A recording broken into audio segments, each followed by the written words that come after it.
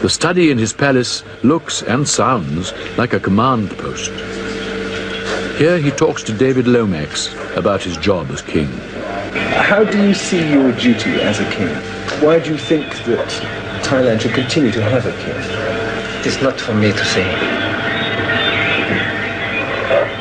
I do things that I think is useful, and that's all. But are you conscious, as King of Thailand yourself, of being able to do something which you feel wouldn't be possible without a monarchy here? Well, I don't know what can be defined as king. That is the big trouble. Because in my position is called, I am called a king. But my duties, if you have noticed, is not the duty of a king. It's something that is quite different or difficult to define. I do things I think that will be useful, and that is all.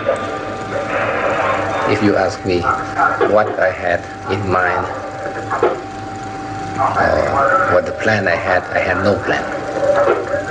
Just like I'm today. We are going to have something and we are going to do it. We don't know what the something is, but we are going to do something that is good. That is the plan or the spirit.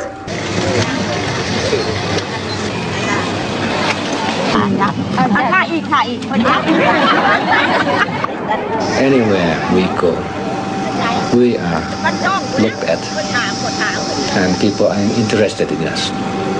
They look at us, they don't want to bother us. They want to know more how they eat, how they sit, how they walk.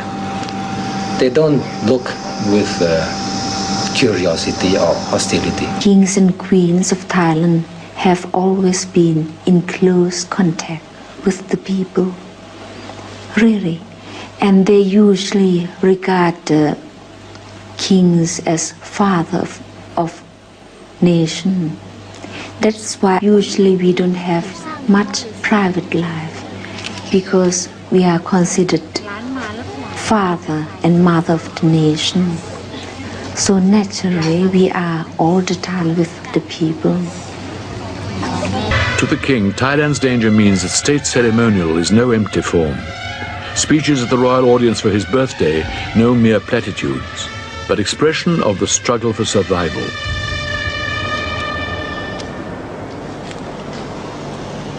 ข้าพระพุทธเจ้าทั้งหลายทราบแก่ใจอยู่โดยตระหนักชัดว่าการที่ประชาราษฎรไทยตลอด Having praised the king's compassion and impartiality, the Crown Prince calls upon him blessings from Buddha and from the country's protective gods and spirits. Kingship, if we have to use this word, has changed all the time. Since the old times and then since the advent of founding of Bangkok capital, it has always changed. My great-grandfather was the philosopher king. He was the king that you know under the name of King Mongkut. The most sacred image of Thailand, the center of the Grand Palace, the Emerald Buddha. The image is actually made of jade and is about 2,000 years old. It was installed here by Rama I, founder of the Chakri dynasty.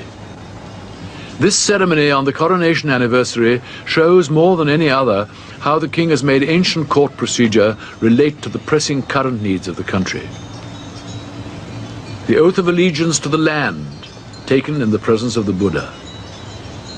The men gathered here to take the oath are soldiers. Earlier in the day, they were decorated for bravery against the communist insurgents. Ancient rite is practiced by those at risk from modern danger. This ceremony shows more clearly how the king is indeed the soul of his nation, the center round which army, government and religion cohere. The participants in the ceremony remind us of the danger that threatens this nation and its soul.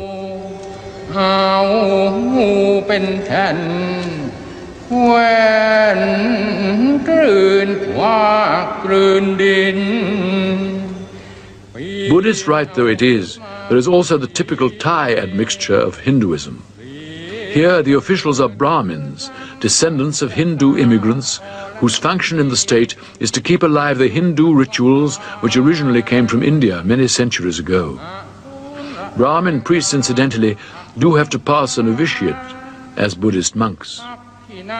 The state sword is dipped in lustral water. It has now been purified. สมาชิกรามาธิบดีว่าตามข้าพเจ้าข้าพเจ้า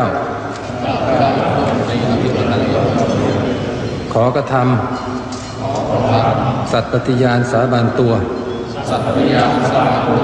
ต่อประเทศชาติและประชาชนชาวไทย The oath of allegiance is taken to the land. If at any time I dishonor my pledge, may misfortune fall upon me and plague me forever. An older version of the oath, no longer used, contains a powerful set of possible deaths for those who flout its precepts: lightning and thunderbolts, royal weapons, poison, and the animals of land or water. ทนุบำรุงประเทศชาติสืบไปได้ In the past, incidentally, the king did not take the oath himself. His power was godlike. That he now takes the oath is a bowing to modern notions of kingship.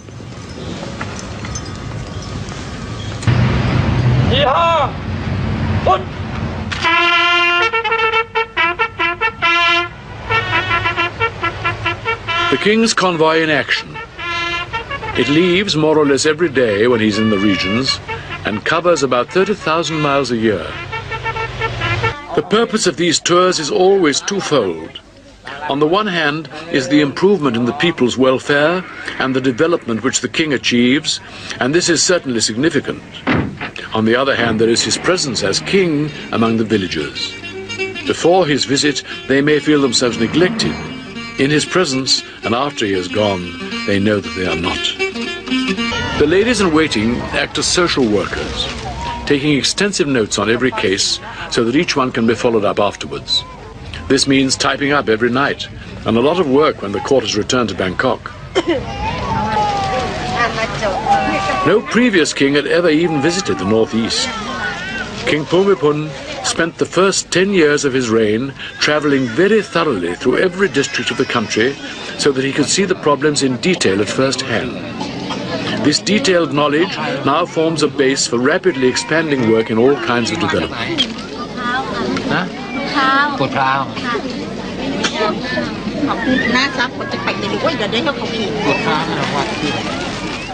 Always the encouragement, listening to their problems, helping them to help themselves.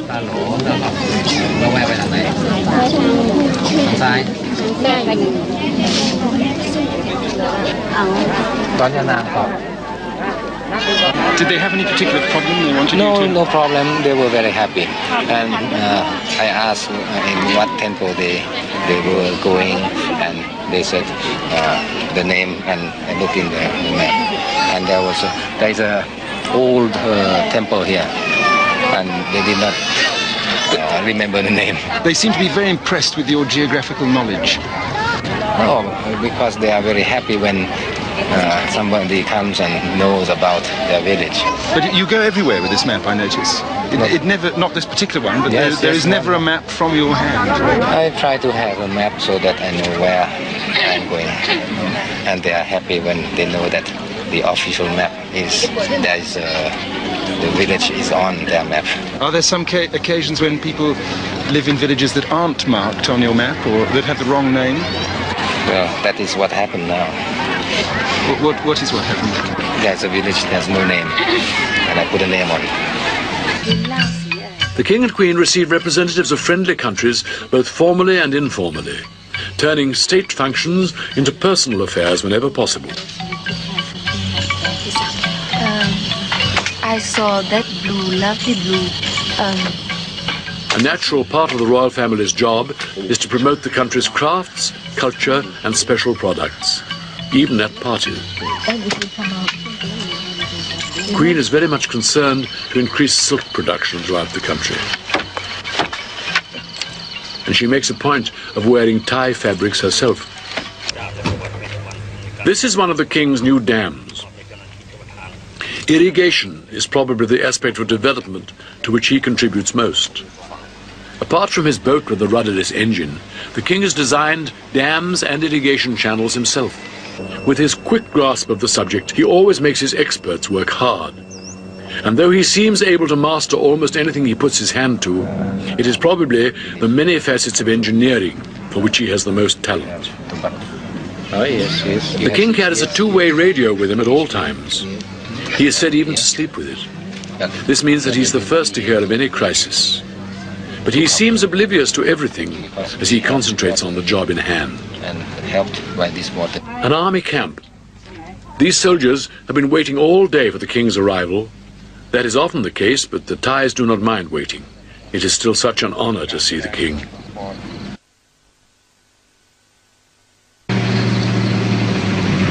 Could you tell us why you think it's so important to come and inspect a military position like this, please? They have an important task to do is to keep the area safe, their territory safe, and in fact to help the people, because the people in this area is very, very poor, so poor. This is the place where it is called so-called liberated area, one of the liberated area. It isn't red anymore, but still the fact is the people are very poor still. So the soldier here helps to give them advice on how to grow their crops and how to look after their children. They are loved everywhere, the soldiers, I mean, because they don't fight with arms only, because they have been looking after the welfare of the people most. In fact, they have won the heart of the people. I think that is the right way to fight the insurgents. After the day's visible work and activities are over, the King can spend 4, 5, or even 6 hours alone in his study at night, surrounded by teleprinters, radio sets tuned into police or army frequencies, and other communication devices. He debriefs himself on the day and plans tomorrow's trip. Could you explain what you're doing with these maps, please? If I see something, you see circles there, places that can be developed, and you can see a place there with a red thing there. It's a kind of for damming and for making a small reservoir. And then when they are the engineers, the irrigation engineer, I can ask them if it is practical to do that. And sometimes they go and then inspect the place and can have a survey on the spot. Why do you have all these radio sets everywhere, all these receivers, transmitters, telexes? What are they all for? Well, communication. I think that you should know that radio is for communication. I don't have television here. Now, I've heard people say that this is your personal intelligence network. I wouldn't say intelligence, but sometimes it is very, very useful. Sometimes when you know about the news of some disaster hitting somewhere, you can help them very, very quickly, and that speed is the most important factor. So that I get the news by the telex or by the radio. most of the what you hear here doesn't concern me. It's sometimes there is a murder somewhere. Sometimes I can have some news of they have caught a caravan of heroin or something like that. It is better than to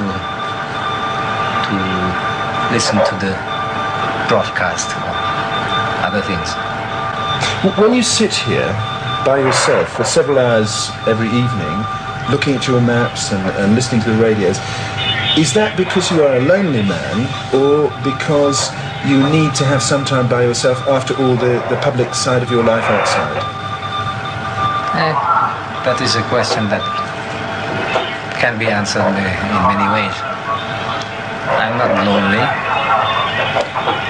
and I have work to do, so I have to do the work. The way of doing work is to have some concentration, that is some peace, and then one can think more clearly. It is a way of preparing myself to be able to do whatever circumstances will have me to do. I gather information by listening. I gather information by looking at the maps, or at reading, or thinking. And then when time comes, I have the material in my head.